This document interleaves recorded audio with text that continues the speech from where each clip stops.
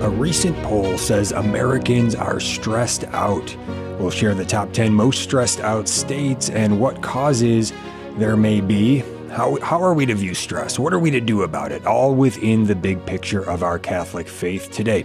On The Simple Truth, we do consecrate everything to the Sacred Heart of Jesus through the Immaculate Heart of Mary and the Pure Strong Heart of St. Joseph. I'm Jim Havens. It is Wholeness and Healing Monday, fighting to cultivate the health of the whole person, mind, body, and soul. With our co-host, my lovely wife, Becky Havens. She's a Catholic wife and mother with a passion and calling to educate people about the importance of caring for our bodies that the Lord has blessed us with by living a healthy lifestyle. She helps others to think outside the cultural norms and to be their own advocate while not falling into the many pressures of modern medicine. Becky's the author of Toxin Free in 12 Months, a 12-month guide to help you transition over to a toxin-free lifestyle. She also wrote a boycott list of over 600 pro-abortion companies. You can get those resources for free and much more at her website, safehavensmama.com. Our topic today, stress in America. Our disclaimer, we're not doctors, not scientists, just regular people looking to live well and raise our family. We do believe in objective truth and in asking questions when things do not make sense. We're not giving medical advice here, but we do want to offer a forum. We know a thing or two. There's still a ton we don't know. We've got some personal experiences, and we're happy to share what we've learned there. Would always love to hear from you. Normally, we've got a survey that goes out every morning. You can get on that list by going to thestationofthecross.com/the simple truth and putting your email in there. But today, we are recording a little bit early. Had to pre-record the show today, so we're airing here on Monday, but we're recording here on Friday. So no survey today, no number that we can put out to have you call in, but that's all right. We're going to run through this topic, break it open for you, and I think there's going to be a lot that we all learn in the process. So Becky, let's begin actually with just by mentioning here this recent poll by the American Psychological Association that more than a quarter of U.S. adults say that most days they are so stressed out that it's hard to function. Also, one wellness brand ranked the most and the least stressed states in America. We're going to share that with you in a little bit. But Becky, what's your initial take on hearing this recent poll?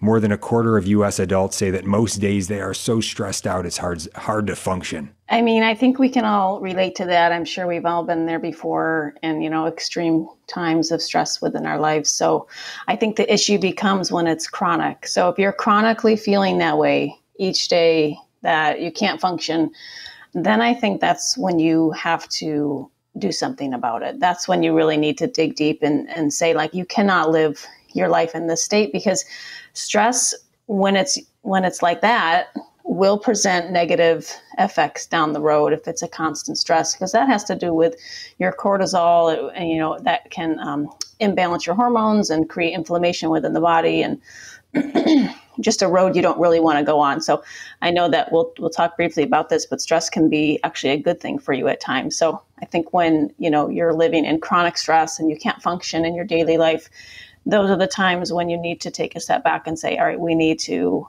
regulate, my body and create some normal rhythms and habits here. So I think that's when you want to avoid things like that.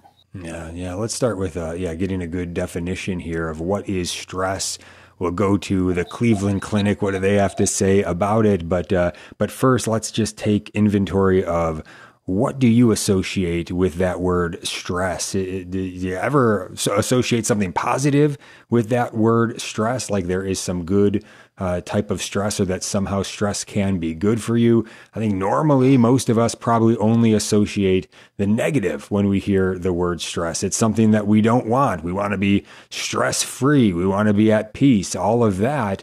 But here's, again, getting at a definition. Here's one possible definition. Stress is a normal human reaction that happens to everyone. In fact, the human body is designed to experience stress and to react to it.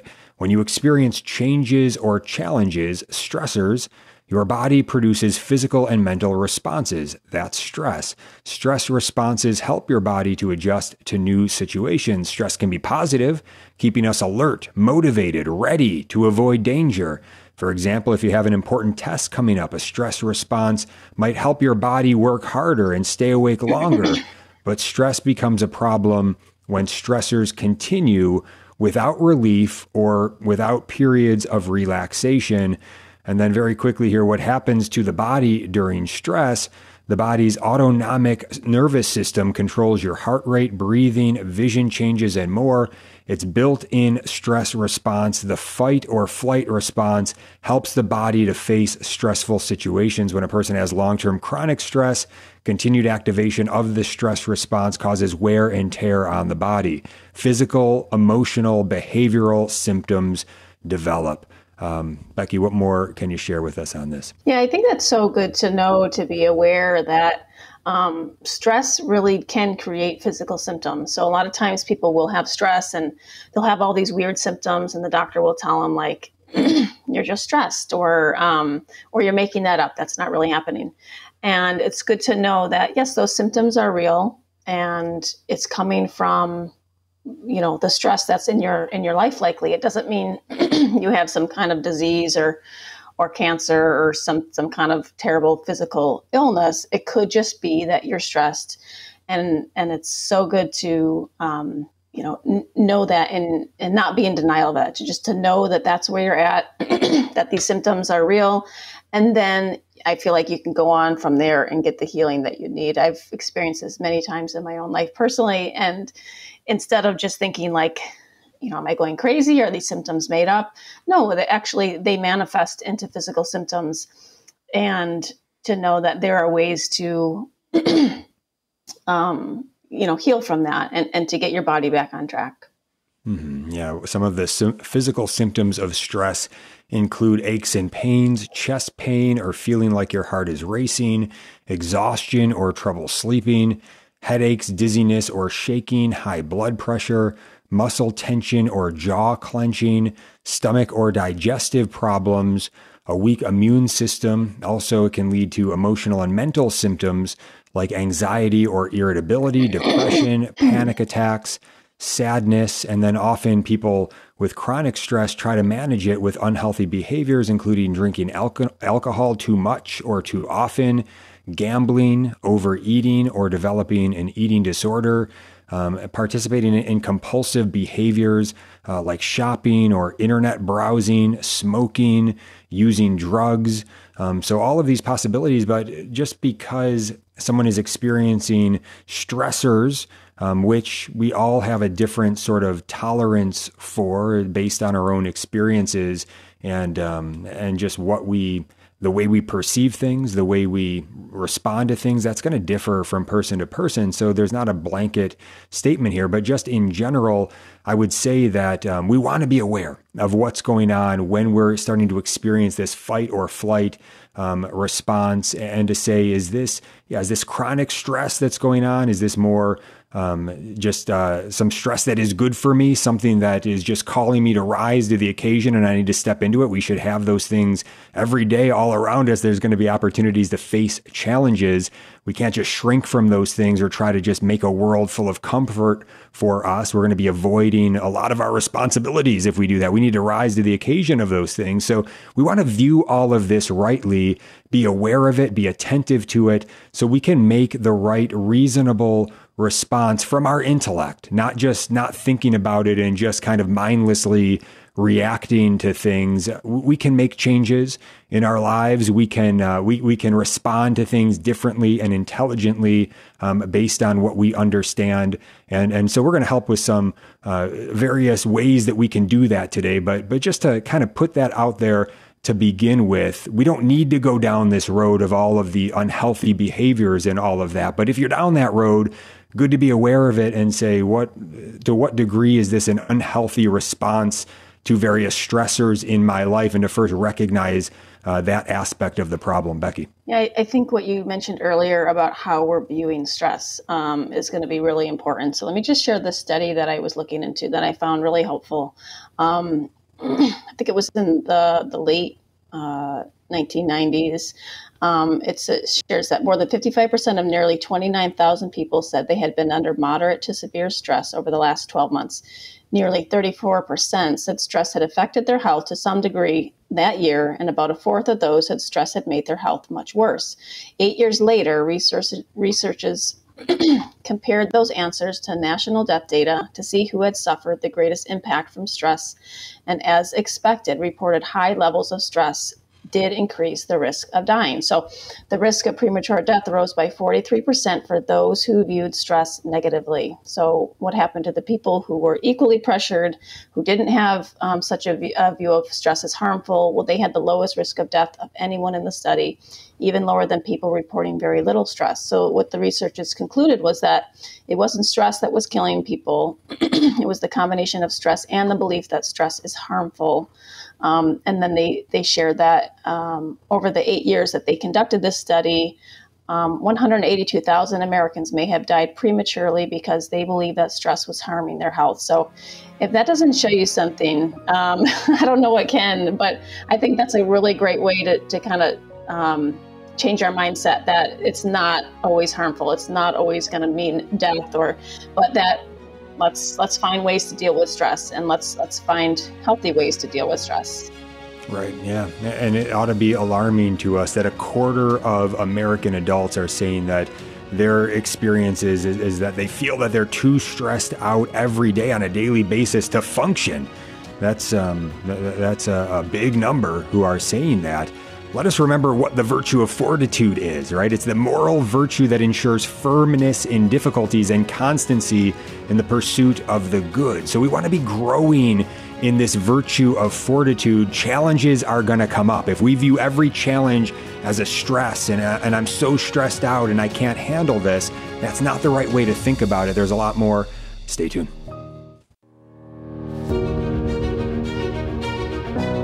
Welcome back to The Simple Truth. Jim Havens here with Becky Havens. You can learn more about her and her good work by going to safehavensmama.com. So one wellness brand ranked the most and the least stressed states in America using 16 key indicators of stress, including hours worked, credit card debt, divorce rates, commute times, and more. Key indicators were grouped by similarities and boiled down to four main categories of stress: money, work, health, and family. So to create the ranking, so they use these, again, categories of money stress, work stress, health stress, family stress, and they use data from the CDC and the U.S. Census Bureau and Bureau of Labor Statistics to kind of sort this all out. So they came up with this list of the top 10 most stressed states in America. Maybe different than what you would think. Here's the top 10. I'll go 10 to 1. How's that? Number 10, Indiana.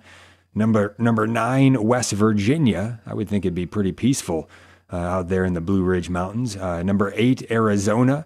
Number 7, Georgia. Number 6, South Carolina. Number 5, Nevada. Number 4, Louisiana. Number 3, Oklahoma.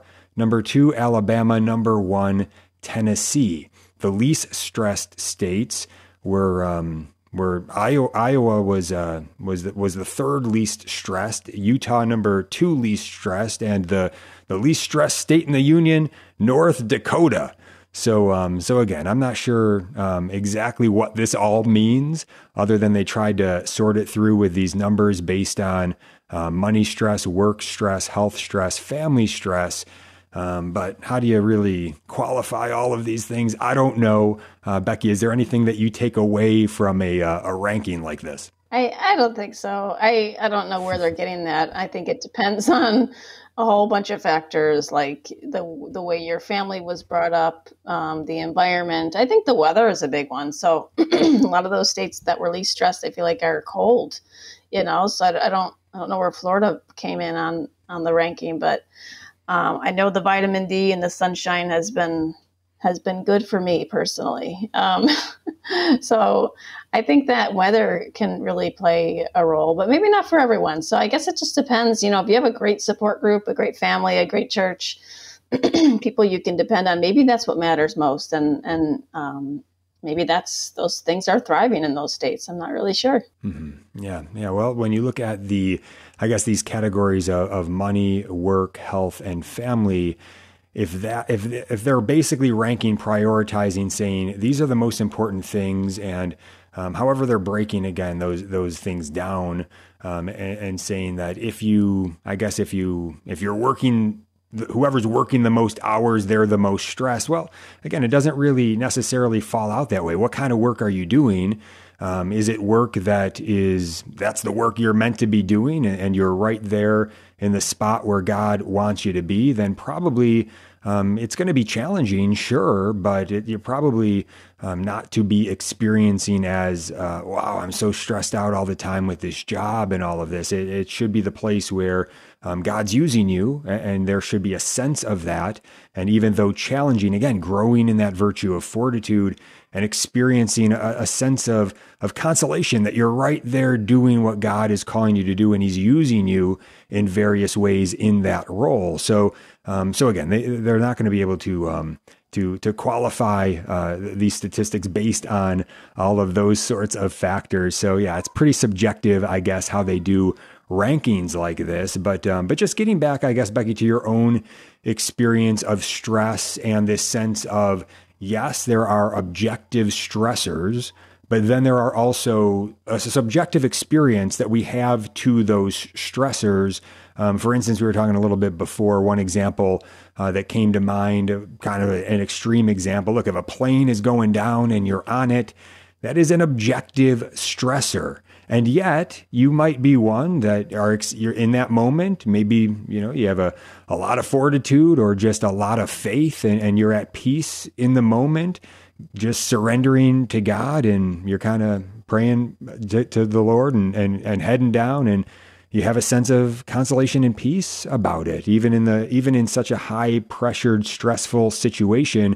Whereas probably a lot of people around are probably freaking out at the same time. So what do you share on your own experience, in your subjective experience of these objective stressors that we all face? Yeah, I would say number one is the mindset, not in a strange new agey way, but literally the way that you're viewing the stress. So I think the more that you are focusing on your stress, the more stress you're going to have. The more that you're focusing on a certain stressful situation, the more that's going to eat away at you, and you're going to become obsessive about it. And that's what's going to be on your mind all the time. And I just don't think that's healthy for anyone. So I think that it's really important to not dwell on stuff like that, and to just say, all right, God, what can you use this for good in my life right now? And we were talking a little bit before the show also.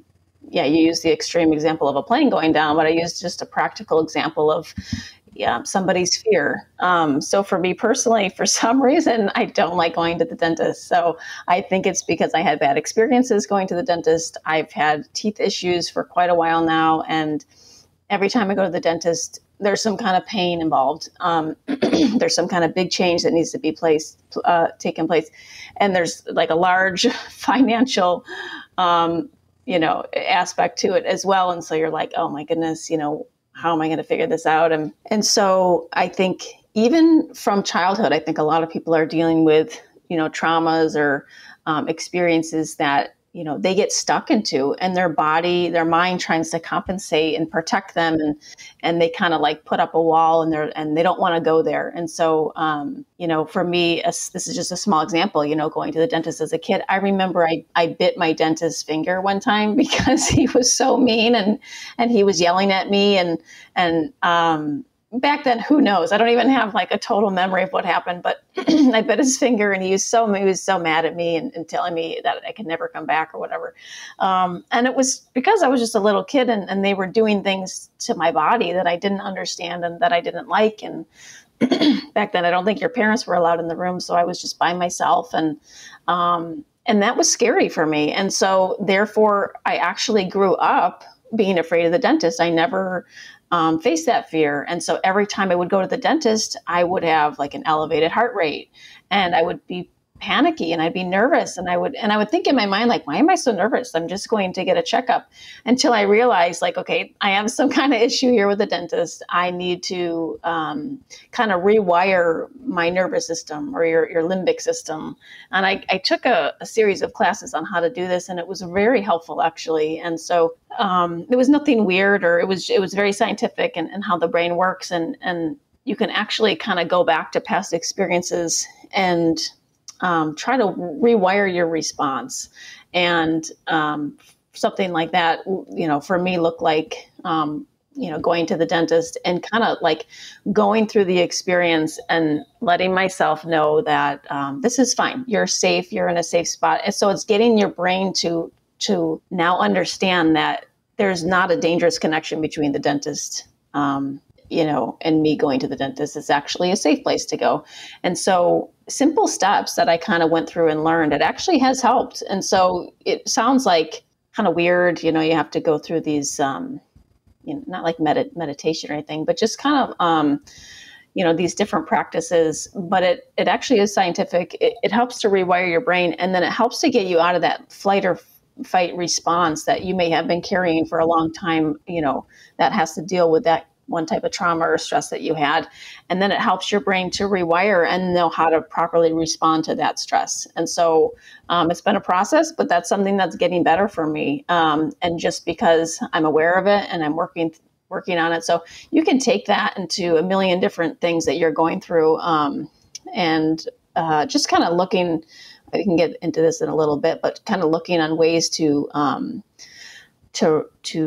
work on the limbic system. That was a new thing for me, but as I dug a little bit deeper, I found that this makes sense, and this is something that can really help people who are going through a lot of stressful situations. Mm-hmm. Yeah, we're going to get into a lot of things that can be done, especially as we get into the second half of the show here. But yeah, one thing that you're touching on is just the importance, the power of language, and oftentimes we're not even aware of really what is going on necessarily in our minds. We're not really being attentive to it. For instance, like you're saying, you could be going to the dentist and thinking, this person's going to hurt me, right? If you're thinking that, your experience is going to be very different than if you're going there saying, I'm safe, I'm good, this is okay, he's going to help me. There's going to be a little bit of pain, but I can handle it. It's good. That's going to be a different experience, and it's based on the language we're using, which changes the way we're perceiving the reality before us. So we want to be as honest as we are about reality, right? That's where we want to get to. Like, what is the truth of the situation? And so we want to use our reason to overcome just any feeling that we're having, just based on maybe just the experience of being fearful because we're thinking something that actually isn't really even accurate to the situation. Like, many people are afraid to fly because they are afraid to die in a plane crash. Well, it's much more likely that you would die in a car accident, but you're not afraid to get in the car and drive around. So again, to be accurate to reality, we shouldn't have that fear about going down in a plane accident. If we don't also have it when we're driving around, we should be free of that, right? So we want to use our reason and have our reason formed accurately to the situation. Now, the thing that's difficult is we can learn about this and do this as adults, but for children, especially children ages 6 and under, under the age of reason, they're not able to really think in the ways that we are here and just kind of say, oh, well, I need to think about this differently and all of that. They're just little children, right? And so there is a lot of research on what's called adverse childhood experiences and what results as a lot of poor outcomes. This does affect things going down the road. And so we want to try to cut these things off. So for a child like that, if they're having that sort of an experience at a dentist, and we've had difficulty with one of our children in particular, I can think of at the dentist, perceiving himself to be in great danger. What does he need? And instead of himself thinking, well, I've got to accurately form my mind to the reality before me and think about that I'm not really in danger. This person's not really there to hurt me. I'm okay. I'm good. I can handle this. He's not going to be able to process things that way, right? But what can an adult do, a parent do right next to him? You're good. You're safe. He's here to help you. The dentist is here to help you. It's going to hurt a little bit, but you're tough, right? You're going to be able to handle this. You're going to be okay. So basically saying those things that you as an adult would probably be wanting to say to yourself if you were in that position, right? You can be that voice for the child in the child's ear. And there's also a lot on this research that whether it's a parent or some other trusted adult, if a child 6 and under is dealing with some adverse childhood experience, some childhood trauma, obviously the more significant, the higher degree of need here for that child to have a parent or a trusted adult in their life that can mitigate that to some degree by some healthy attachment with that child. And so this all makes sense, right? This really is the way things work. God gives us parents for a reason, for our good. We need them. And by the way, we need a mom and a dad, otherwise it's a tragic sort of situation. We're made to have both. And that's how it's meant to be, for our good, for the good of the child. So God's way is a beautiful, awesome, good way. We're going to talk more about how this works when we get back. Stay tuned. The Station of the Cross Catholic Media Network presents Saints and Seasons. On March 11th, we celebrate the feast of Saint Eulogius of Cordova, martyr. Eulogius was born in the 9th century to a wealthy family in Cordoba, when that city was the capital of the Moors in Spain. He was educated by priests during a more tolerant period of Muslim rule, when the Christians were heavily taxed rather than martyred. An excellent student, Eulogius became a priest himself, as well as a teacher. In the year of our Lord 850, a persecution broke out in response to Christian preaching against Islam, and the clergy of Cordoba were imprisoned. Eulogius was a great minister to his fellow prisoners, and wrote an exhortation to martyrdom to the virgin martyrs Flora and Maria. Through the intercession of these two martyrs, Eulogius and many others were released, though the persecution continued for years, with several more Christians martyred. Eulogius encouraged them all in his writings. He was chosen to succeed the Archbishop of Toledo, but before he could be consecrated, he was arrested for sheltering Saint Lucretia from her Muslim parents. As he refused to cease preaching during his scourging, the joyful Eulogius was beheaded on March 11th in the year of our Lord 859. Saint Lucretia followed him to heaven 4 days later. Also honored on this day are Saint Sophronius, Saint Angus the Culdee, and many other martyrs, confessors, and holy virgins. For more about the saints and seasons of the Catholic Church, visit thestationofthecross.com/saints and seasons. The Station of the Cross Catholic Media Network is dedicated to answering the critical need of access to quality, consistent, professional, and proven Catholic programming. We cannot rely on other media outlets to properly represent our Church. Catholic radio reaches Catholics, non-Catholic Christians, and non-believers alike. As a nonprofit lay organization financially independent of your diocese, our apostolate is listener-supported. The Simple Truth, Jim and Becky Havens here, Wholeness and Healing Monday. The topic, stress in America, but really this goes for stress anywhere you may be all around the world. And Becky, as we continue on in this topic, anything else you want to share at the top of this segment here? No, I just think that, as we start learning about how our own body reacts to stress, that it's going to be individual. So, there's only so much that we'll share that will work for somebody, and what works for somebody might not work for somebody else. And so I think it's just important to know that everybody's different when it comes to health issues or stress or things like that. A lot of times, at least in the conventional medical world, they want to put people in the boxes. And so people who might have chronic stress, they might say, okay, well, why don't you go on this prescription medication and we'll try this one and we'll see if this one works. And that's not always the best way to treat it. And so just to know that, if you're dealing with stress or chronic stress and you're really struggling to find a resolution, there are other things out there to try. Something like I shared earlier about the limbic system. You have to be careful. I just wanted to share this really quick. You kind of have to be careful when you get into this way of thinking, although it's completely scientific. Some people take it out of context and they bring in a lot of new age practices like yoga and Kui Chai. I don't even know how to say that properly. Something like that, some kind of Q word. And they feel like that's how to best, get your nervous system under control by doing those kind of practices. That's not so. You know what I mean? God didn't.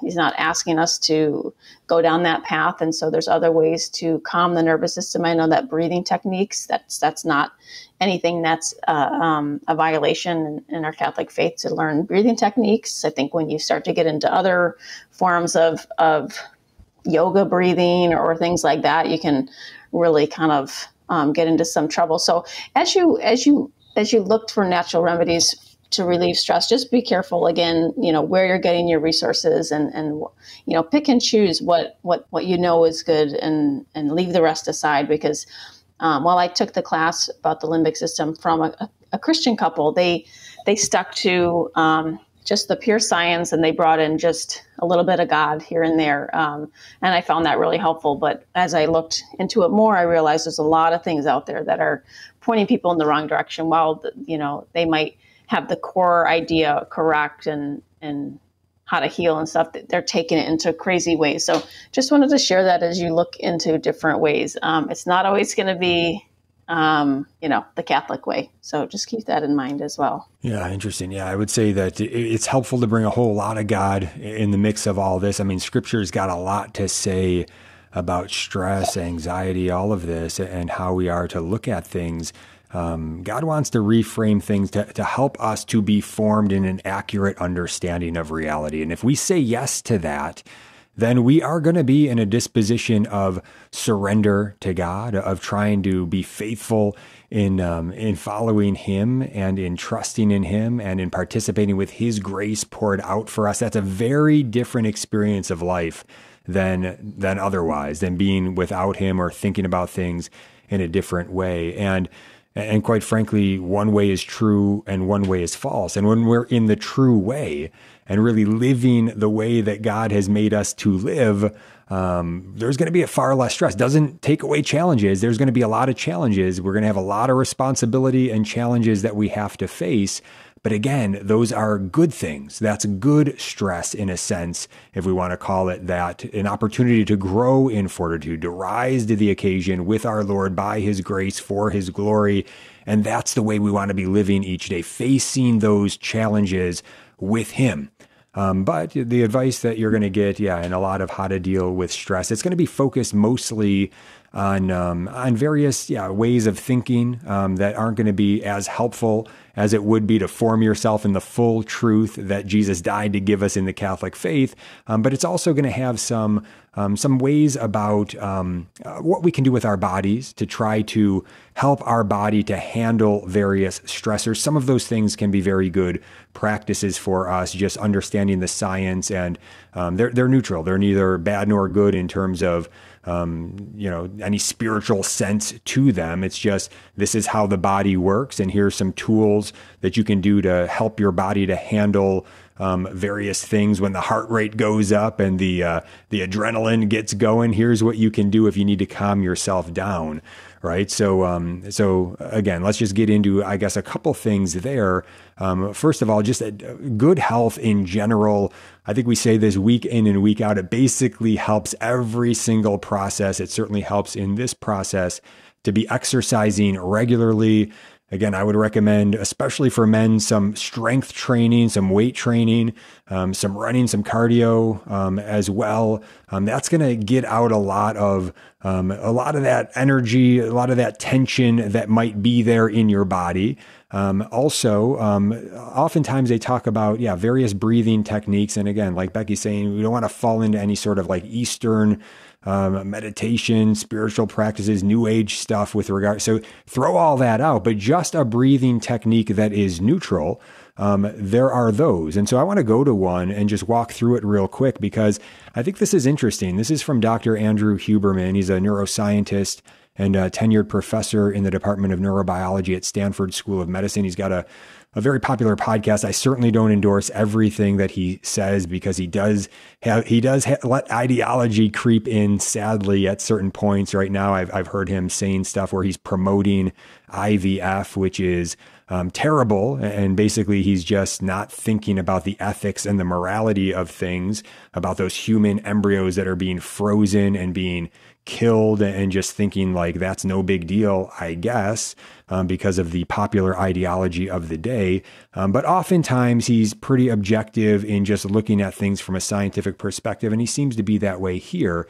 So when he's talking about handling stress and how the body is responding and all of that, he's saying this about a breathing technique that can be done. He says in stress or high alertness, we want to leverage the fact that we can control our diaphragm and our breathing. So to remember that we can change our breathing, and that will change basically if our body is going to get into a more active alert state or whether it's going to be in a more calm, relaxed state. So this is good either way. Maybe you're tired and you've got to go do something where you need to be more alert.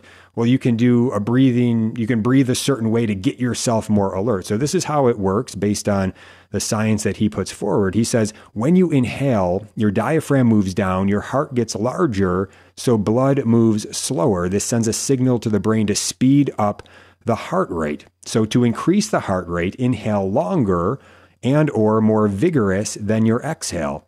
When you exhale, your diaphragm moves up, your heart gets smaller and more compact, so blood moves more quickly. This sends a signal to the brain to slow down the heart rate. So to slow down the heart rate, exhale longer and or more vigorous than the inhale. So he's saying the fastest method then to calm yourself down in real time is to do what he calls this physiological sigh, which is interesting because we tend to do this when we are faced with some sort of frustration or irritability, some stressor.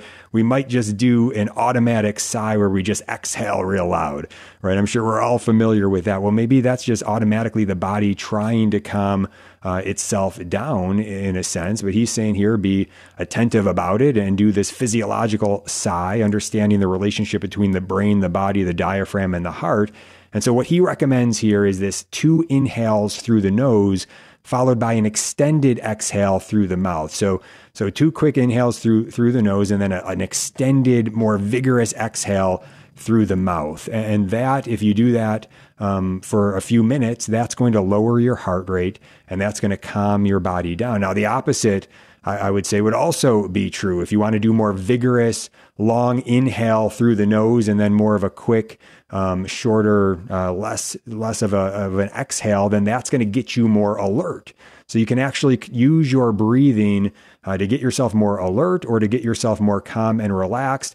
Seems like a very interesting tool to have in the toolbox. Becky, your thoughts? Yeah, I think that breathing, I think there's a lot of studies behind the way that breathing affects your physical body. And I think that's always a good place to start. I think you can go further and implement different techniques, simple as just talking to yourself and reassuring yourself, okay, I know what's happening. And I found this very helpful if you're dealing with like acute panic attacks or like acute stress where you're just like, I can't really, I'm so distracted with what's going on with me physically and mentally, I can't focus on anything else. The main thing you want to do is just like distract your body so that your body's symptoms can start to calm and they can match up what's going on in your mind. So you want your mind to like calm your body down. And it's not anything weird where you're talking to yourself. You're literally just saying, okay, I'm safe. I'm okay. I know what's happening in my body. This has happened before. It's going to take some time.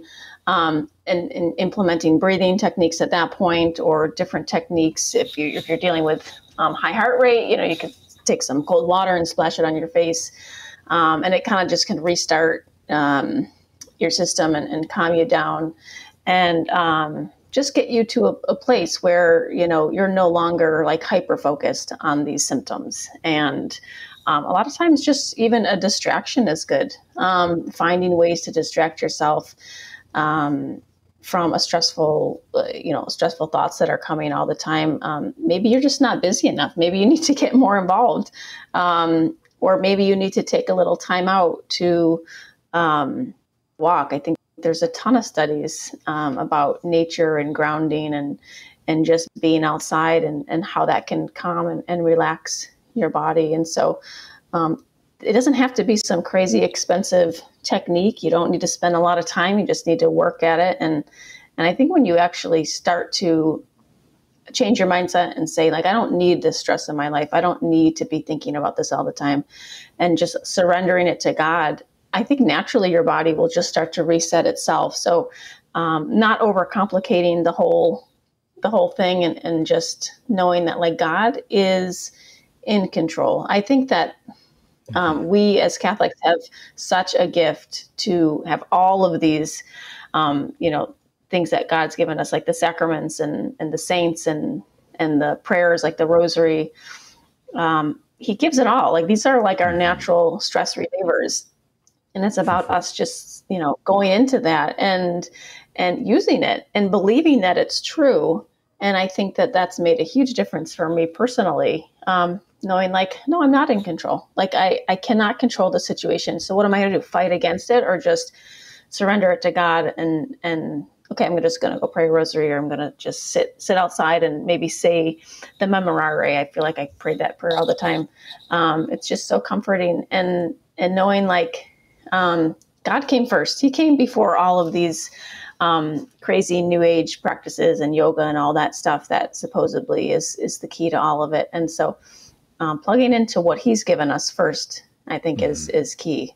Yeah, and he even commands us to have a whole day that ought to be a day of rest and a day of good leisure on Sunday. Thanks be to God. And yeah, that's where I think this is the number one thing that we can do in response to this sort of epidemic of stress that we're seeing talked about, I guess, in the news today, is that it's number one, advancing in a life of Christian prayer. Really putting Christ at the center. The God of the universe has come to us. And this is what he says to us in the Gospel of John, chapter 14. He says, let not your hearts be troubled. Believe.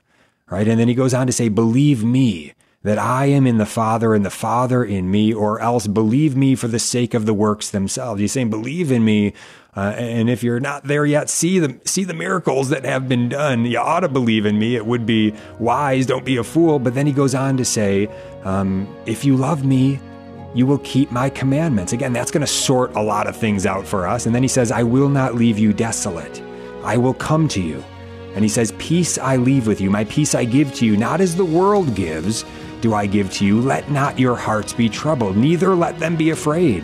He goes on to say, the ruler of this world is coming. He has no power over me, but I do as the Father has commanded me, so that the world may know that I love the Father. Rise, let us go hence. Right? So this is who we're with. Do we believe? Do we love him? Do we keep the commandments? Do we receive his peace and his love that he wants to give us? Live that life in sanctifying grace.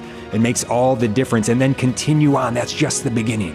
Let us go deeper and deeper into his sacred heart, into that sanctifying grace that he has for us. We'll be right back. Stay tuned. Welcome back to The Simple Truth. Jim and Becky Havens here, talking about stress in America. A lot of good stuff at Becky's website too, especially that ebook on living a toxin-free lifestyle. That'll take some stress off. Again, you can go to safehavensmama.com. That's safehavensmama.com. I want to get this in. I want to make sure to get this in before the end of the show. And this is also that positive side of stress, and to see it in the example of the life of our Lord Jesus. When he comes, yes, he wants to draw us into his peace and his love and show us how we are made to live, invite us into that. Thanks be to God. Then it's up to us if we want to say yes or no to it. But he also does want to give us some stress if we're going down the wrong direction. He wants to try to stop us. He wants to try to raise up the difficulty to hopefully get us to come to our senses, turn around, and come to that peace and love and that goodness and beauty that he's got for us. So in Ecclesiastes 7:5, it says, it is better for a man to hear the rebuke of the wise than to hear the song of fools. So we should want to hear a rebuke if we need to hear a rebuke, especially from our Lord Jesus, who is himself perfect, all loving, all powerful, all good. And so here's some of when he rebukes. He rebukes various times in his public ministry. This is what he says in Matthew 23, just a portion of it. He says, "Woe to you, scribes and Pharisees, hypocrites, for you are like whitewashed tombs, which outwardly appear beautiful, but within they are full of dead men's bones and all uncleanness. So you also outwardly appear righteous to men, but within you are full of hypocrisy and iniquity. Woe to you, scribes and Pharisees, hypocrites! For you build the tombs of the prophets and adorn the monuments of the righteous, saying, if we had lived in the days of our fathers, we would not have taken part with them in the shedding of the blood of the prophets. Thus you witness against yourselves that you are the sons who murdered the prophets. Fill up then the measure of your fathers. You serpents, you brood of vipers, how are you to escape being sentenced to hell?" So he's giving them this strong warning, and he's saying, look, you adorn the tombs and you say, I wouldn't be like them, but actually you are, right? And you're pretending that you're not, but inside, I actually know what's going on, and I understand that you are not actually the way you're portraying yourself to be. Stop it. Repent, believe, right? How do you think you're going to get away with this? You're not, right? And so Jesus is telling them, right? And he tells that to us as well, if that's the situation we're in, and we ought to hear it and take that rebuke and say, I'm sorry, Lord. Go to confession. If you have a mortal sin on your soul, 100% go find a Catholic priest, get to confession as soon as you possibly can, and start down that right road, the way, the truth, and the life that is that life in Christ himself. He also says this to all of Jerusalem a little bit later in the chapter, O Jerusalem, Jerusalem, killing the prophets and stoning those who are sent to you. How often I would have gathered your children together as a hen gathers her brood under her wings, and you would not. Behold, your house is forsaken and desolate, right? It's your fault. I'm doing everything. I would love to draw you to me, but you won't come, right? And so we need to hear this. We need to let the stress come over us if we are going down that wrong road, as a way to help us to come to our senses, turn around, get down the right road in that peace of Christ that he has for us, that get back to that innocence in our consciences that he wants to renew in us, that we are in that state of sanctifying grace, living with him each day, rising with him and facing those challenges with him each day. It's a completely different way of life. And I guarantee you, if you poll the people who are living that way of life, you're not going to find 25% of them saying they're unwilling, that they're unable to function because of their stress levels every day. Becky, your thoughts? Yeah, I think when you get that part down, the rest will just kind of fall into place. And I just want to share a few, practical ways if you're still struggling, and just, different things that I've implemented into my life, or things that I researched for others that you can try. I would say first you could start with some essential oils. So sometimes you hear essential oils and you kind of wonder, where's the origin coming from? Is there some kind of new age connection? There's some good oil companies out there. It's not the essential oils in themselves that could pose a problem for anyone. It's been issues where the founders, have put like spells on some of the oils on different companies. So I'm not talking about anything like that. But oils such as lavender, chamomile, lemon, and even rose oil can be helpful. A 2014 study involving over 100 pregnant women found that rose oil lowered their anxiety levels during delivery. So that was promising. Some people use CBD oil. So we did a show on this just to ease anybody's anxieties when it comes to CBD. This is not the same as marijuana at all. This is just no THC involved in here. We had a woman who has a company on the show, Venerable Aubert, I think is how you say, and it's a Catholic company, and they make their own CBD oil. She's wonderful. We have a code as well for a discount. If you're interested, you could just go to my website and email me, and I can connect you with her. Stepping out into nature, that's always a good thing. Avoiding caffeine or chocolate for a while. You don't have to give it up forever, but if your body just needs to detox and come to a state of like calm and peace, I would suggest eliminating caffeine or anything that, is like giving you that adrenaline rush for a while, and just kind of let your body even out. Sometimes different supplements are going to be helpful. So supplements such as magnesium, your B vitamins, if you're low, can present in big ways, and your body struggles to deal with stress properly. And then vitamin D. So the best way to get vitamin D is always from the sun, but not everybody is in the sun, especially during winter. So a vitamin D supplement could be really helpful. Sometimes, when you're really stressed, you struggle with sleep. And so magnesium can definitely help with that. There's different kind of magnesiums, but there's certain kinds that can help you sleep. And then tart cherry juice is well known for helping people to sleep well. If you take that right before bed, there's some studies out there that shows that that's really helpful. And then something as simple as, laughing, smiling, singing, practical things that, you might have done more than you've done recently if you're in a really stressful time. I can remember myself at one point when we were going through a really hard time, and I think I heard a song on the radio and I was singing it, and I thought to myself, I cannot remember the last time that I stopped and I was singing a song and I was like joyful. It was like just a really heavy time, and I felt like that kind of gave me like a jump start to starting to come out of that heaviness. And so just like seeking out things you like to do, bringing joy to your life. It can be something small, getting a good book, going somewhere that's special for you, buying something special. I don't know. Sometimes you can make excuses and do little things like that, if it's going to bring you a little bit of peace or kind of distract you from the stress, and get into the real reason, that we're here on earth is to love and serve God, and to have that joy in our life. Mm-hmm. Yeah, very well said. And yeah, Becky, anything you want to share as as a parent in trying to raise children well? It's always a struggle trying to figure out the best ways to go about things. But I think just in general principles here, we do want to make sure that there are challenges for our children, and we don't want to try to remove all challenges and just give them total comfort. That's going to be spoiling them. That's where you're going to get into that sort of snowflake sort of life that folks talk about some of the younger generations now, where they can't handle much because they've been so sheltered with comfort, showered with comfort in every way. But what about, proper challenges, but also, giving them times of fun? How do you have that balance? Anything you want to share on that? I think the best thing you can do for your kids is just be there for them. They're going to have challenges. They're going to have stress in their life, but just to know, like, you're not alone. There's somebody here for you. Share with them different ways to cope with it. Let them know that adversity is good, and show them how to overcome that. I think all they want to do is just be loved, just like all of us. We all just want to know that we're loved. We want to be able to learn how to love others. And so it's really simple. We just show that to our kids, and they show that to their kids. And, we can start doing some generational healing here.